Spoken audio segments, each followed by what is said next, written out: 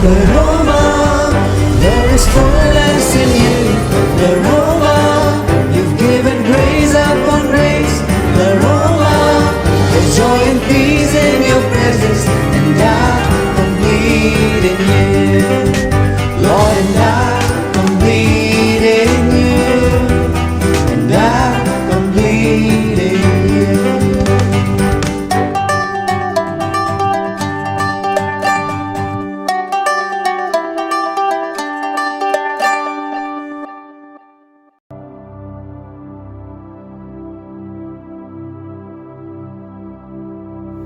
Praise the Lord. On behalf of our Pleroma Ministries, greet you all in the matchless name of our Lord and Savior Jesus Christ. As we are in the last days of December enjoying the mood of Christmas celebration, I thought to share the importance or the significance or the reason behind this big celebration of Christmas. When we say or just even think of Christmas, these are the things which comes to our mind: celebration, Christmas party, Thanksgiving party, plum cakes, Christmas tree, decorations, gifts, new dresses, Santa, snow, Christmas games, gifts, house visits, carols, lights, crackers, and whatnot, etc., etc. But do we really realize why Christmas is celebrated with joy? Let's dig into it in order to refresh our mind and knowledge. Usually, Christmas is celebrated on December 25th worldwide in remembrance of the birth of Jesus. Although there may be various arguments and debates ongoing regarding the exact date of birth, our focus lies in the purpose of His existence to the world. The purpose of His coming to this world, the works which are accomplished on the cross, and the second coming of the Lord. Let me explain the purpose of His birth with the help of Scripture. Gospel of Luke chapter 1 verses 26 to 33 says, Now in the 6th month, the angel Gabriel was sent by God to a city of Galilee named Nazareth, to a virgin betrothed to a man whose name was Joseph of the house of David. The virgin's name was Mary. And having come in, the angel said to her, Rejoice, highly favored one, the Lord is with you, blessed are you among women. But when she saw him, she was troubled at his saying, and considered what manner of greeting this was. Then the angel said to her, Do not be afraid, Mary, for you have found favor with God. And behold, you will conceive in your womb, and bring forth a son, and shall call his name Jesus. He will be great, and will be called the Son of the Highest, and the Lord God will give him the throne of his father David. And he will reign over the house of Jacob forever, and of his kingdom there will be no end. Amen. In the final words of Angel Gabriel to Mary says in verse 31, You will conceive and give birth to a son, and you are to call him Jesus. It is the virgin birth of a son without the knowledge of a man. First time in the history, a child has been born, and to call him Jesus.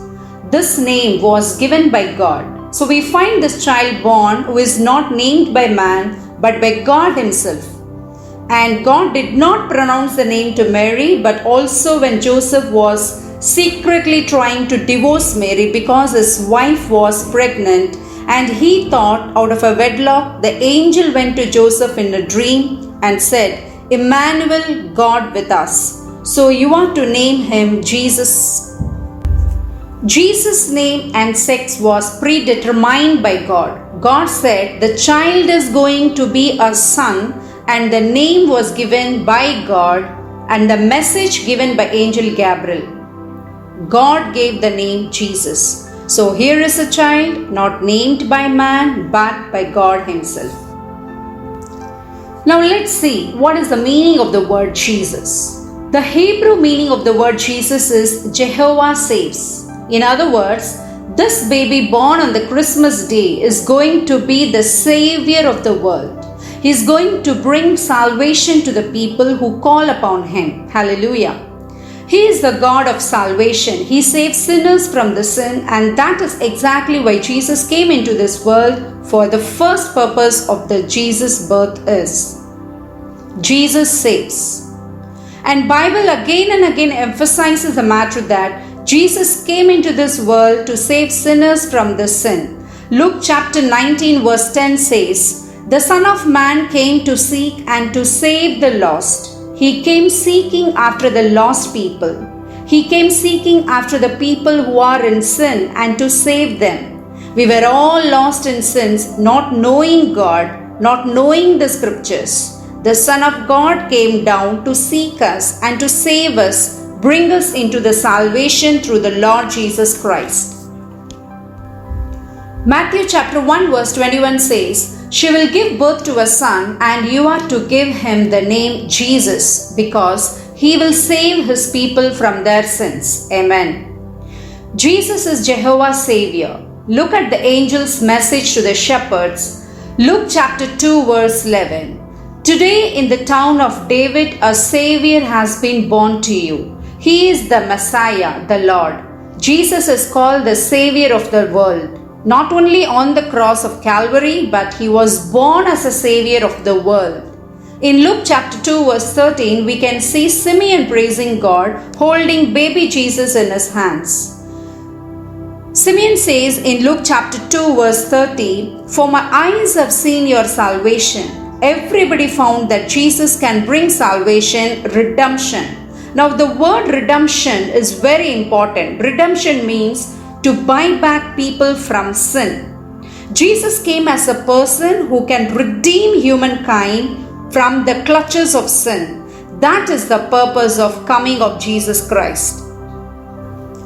Paul said in 1 Timothy 1:15, "Christ Jesus came into the world to save sinners, of whom I am worst." As you read the Bible, you get a clear idea that Messiah will come, and when the Messiah comes, he is going to be Jesus and he will save his people from the sins. Let me ask you, friends, have you been saved by this Messiah Christ? This is the greatest gift anyone can receive on a Christmas day. Jesus came into this world to save sinners from their sins, and he had to pay a high price. He had to die on the cross of Calvary to redeem you and I, who are lost in sin, so that we can have eternal life. But his son, Jesus, died on the cross of Calvary. His name shall be called as Jesus, and Jesus is called Jehovah Saves. The second purpose of his coming to this world is Jesus is great. Luke chapter 1 verse 31 says, "You will conceive and give birth to a son, and you are to call him Jesus. He will be great and will be called the Son of the Most High." Jesus came 2000 years ago. He died and rose again and still continues to be great and is still living this moment. Jesus is great. Luke chapter 1 verses 15 says, "He will be great in the sight of God." The quality of Jesus is great. He possesses greatness, and we received his greatness into our lives. When you read Bible, greatness and glory are picturized together. The Bible clearly says Isaiah saw the glory of Jesus. In Isaiah 7:14, he said, "Therefore the Lord himself will give you a sign. The virgin will conceive and give birth to a son, and will call him Emmanuel." Isaiah saw the greatness of Jesus and spoke about him. Isaiah 9:6 says, "For unto us a child is born, unto us a son is given, and the government will be upon his shoulder, and his name will be called Wonderful Counselor, Mighty God, Everlasting Prince of Peace." When Isaiah went to the temple to worship God, he saw the greatness of God come down to the temple of God. He saw the Lord high and lifted up, and the glory filled the temple, and remembered the angels of the temple, began to shout, "Holy, holy, holy is the Lord of hosts. The whole earth is full of glory." Then Isaiah saw the glory of God. Now, what is glory? Glory talks about the attributes of God. In other words, greatness is glory, and glory is the attributes of God. You see the works of Jesus, the words of the Jesus, you see the deeds of Jesus. The wage of sin is death. My dear brothers and sisters in Christ, we don't serve an ordinary God. We serve a God who can save us. We serve a God who is great. There is no other name. He is the King of kings and the Lord of lords. Every knee shall bow, every tongue shall confess that Jesus is Lord.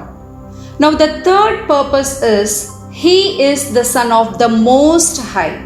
Now Luke chapter 1 verse 32 says, He will be great and will be called the Son of the Most High. The Lord God will give him the throne of his father David. The Hebrew word for the Most High is Elyon, which means there is no one higher than him, for he is God himself. Luke chapter 133 says, And he will reign over the house of Jacob forever, and of his kingdom there will be no end. Angels were telling that Jesus, who is going to be born, is going to be established a kingdom in this world.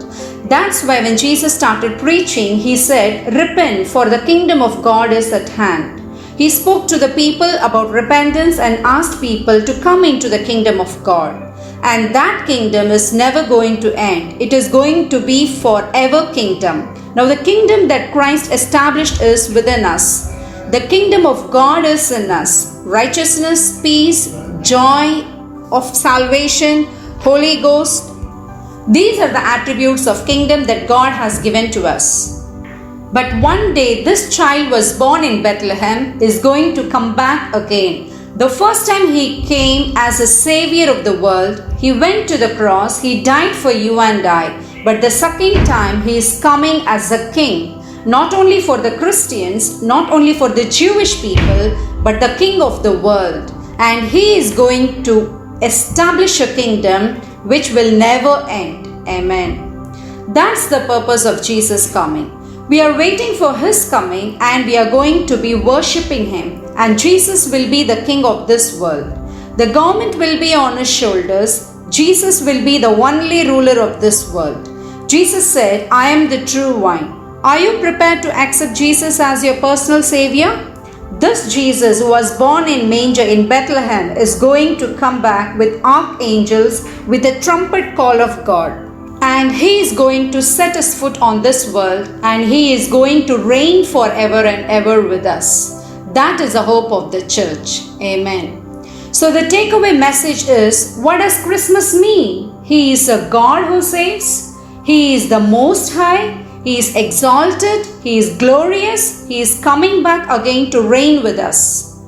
When Jesus was born, the angel's message to the shepherds gives us the hope of mankind because of Jesus coming. Gospel of Luke chapter 2 verses 10 and 11. Then the angel said to them, Do not be afraid, for behold, I bring you good tidings of great joy, which will be to all people. For there is born to you this day in the city of David a Savior, who is Christ the Lord. This is the message of Christmas. Since Jesus is sovereign, he can save. He is the Son of the Most High. God is telling mankind, you and I need not be afraid of anything. Maybe you are afraid of many things happening around your life. Afraid about COVID, afraid about your health, your children, finances, etc., etc. But God is encouraging to you that do not be afraid, because we believe the Son of the Most High. At this moment, God is encouraging you and I not to be afraid of anything. I bring you good news. Christmas is a reminder. Good news has come to us. What is the good news? Starting with our salvation and telling that don't be afraid, and good news cause great joy for all people. God has called us to be the people of joy. You and I need not be afraid. We have good deeds. We have joy for all people. Luke 2:14 says, Glory to God in the highest, and on earth peace, goodwill toward men. Amen. Do not be afraid. You will be filled with joy, and not only joy but also peace, because God knows that this world is peaceless world. There is so much war, crime, hatred, people rising against one another, death, but there is only one person who can give peace. That is the Son of the Most High. That is Jesus Christ. Hallelujah. Do not be afraid. Be of good cheer, because you can receive peace on earth, to those whom his favor rests. Are you under his favor? How do you get into his favor? Accept Jesus into your life and tell God, I need you into my life. I need you to be my Lord. I will become your child. You will be favored by God. The angel said to Mary, you are highly favored.